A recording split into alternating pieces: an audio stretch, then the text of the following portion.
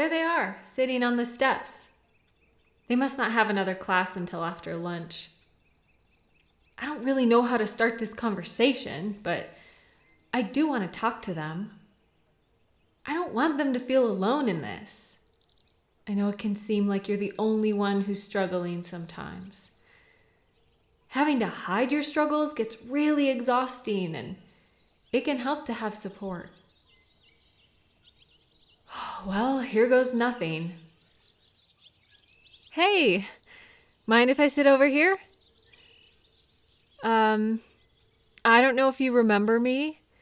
We're in the same psych class. It's a huge class. I'm usually across the room from you. I noticed you like to sit by the door. They're just staring at the grass. They're tapping their foot so fast. I hope I'm not making them uncomfortable. Anyways, I wanted to ask you something, if that's okay. I mean, it's not really a question.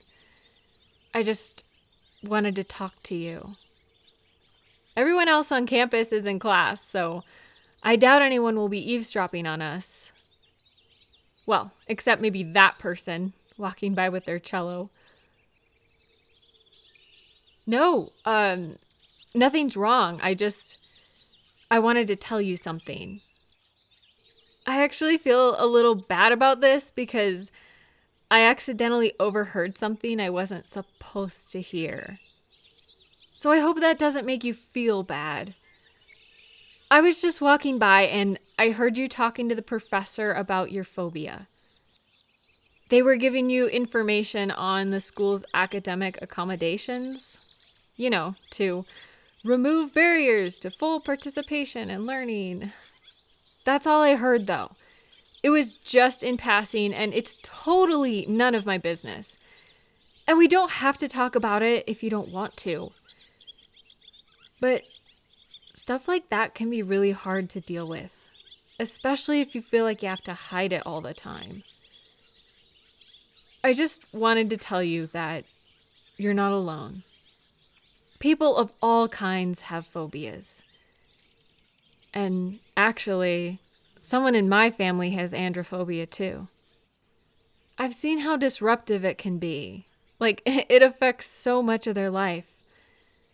Because people are everywhere. We can't really avoid them. They're at parties and work and the dentist and delivery drivers and the grocery store. It must be really difficult to live with a phobia that you can't really avoid. And I'm sorry that you're dealing with that. It sounds stressful.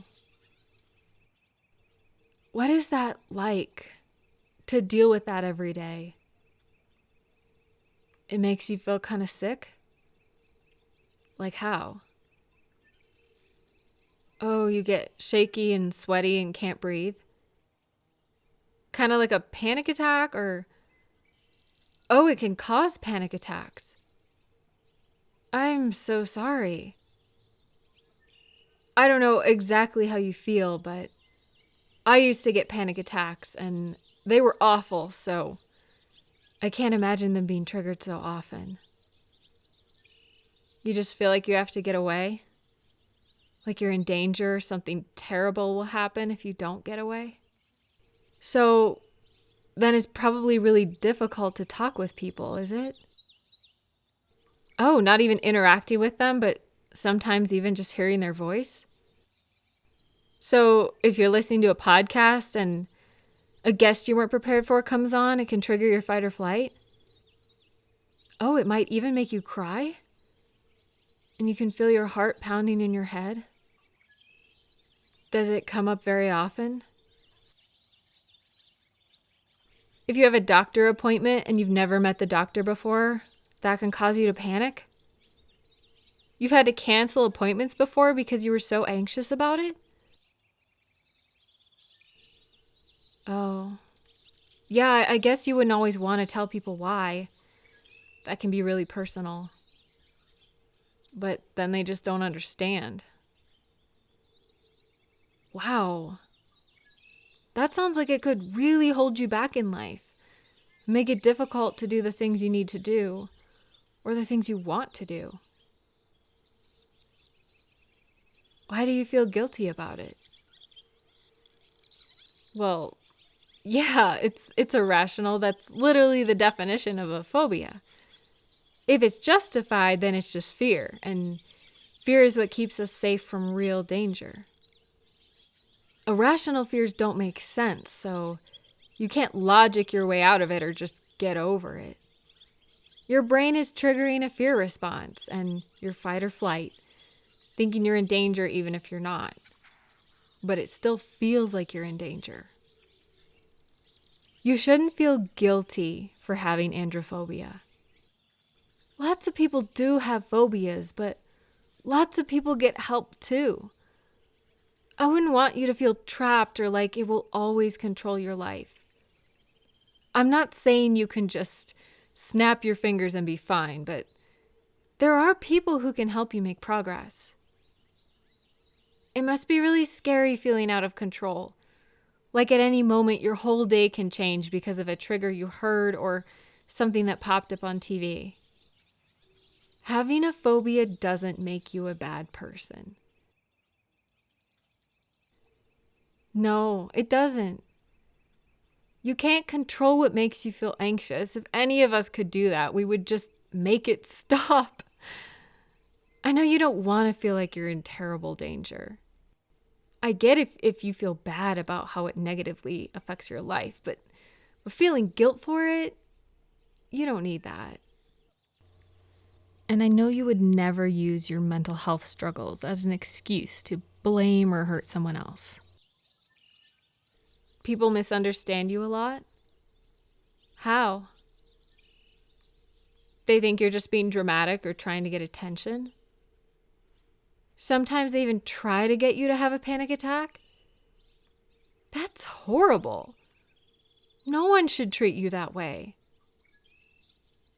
You try to keep your phobia a secret, but sometimes people find out and harass you about it?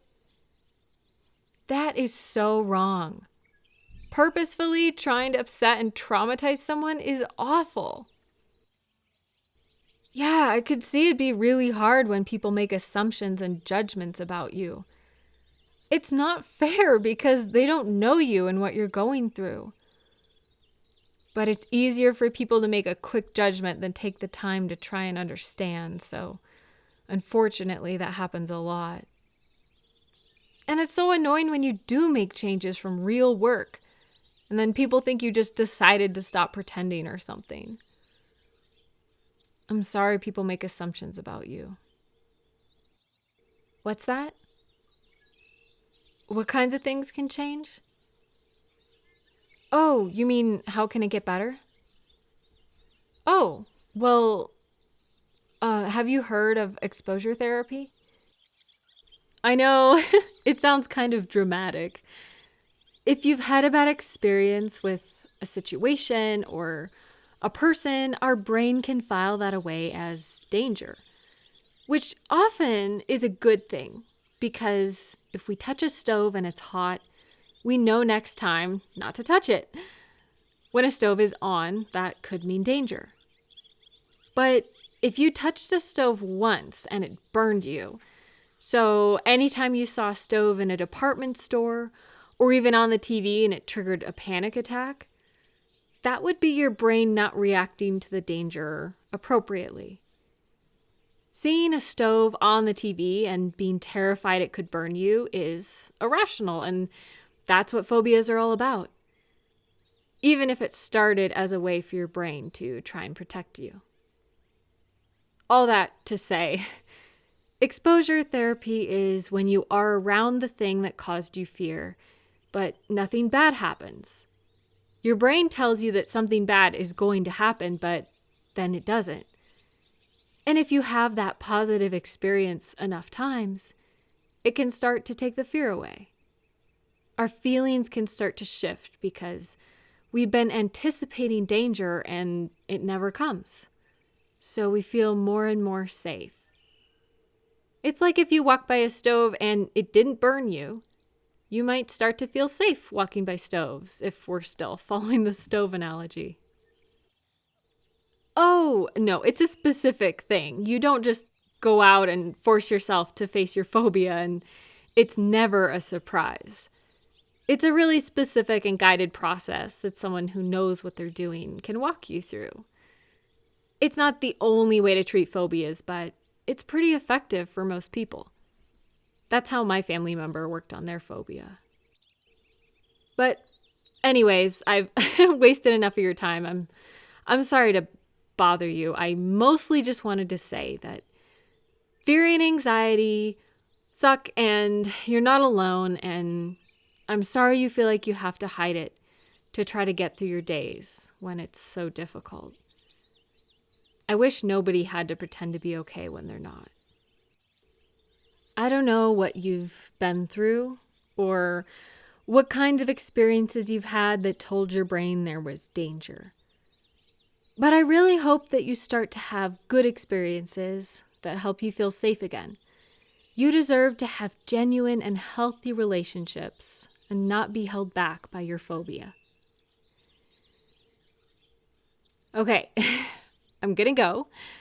You totally never have to talk to me about phobias again. I don't ever want to stress you out or anything by bringing it up.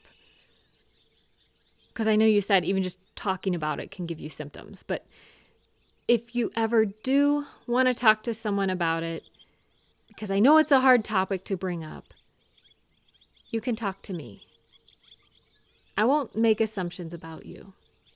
I'll just listen.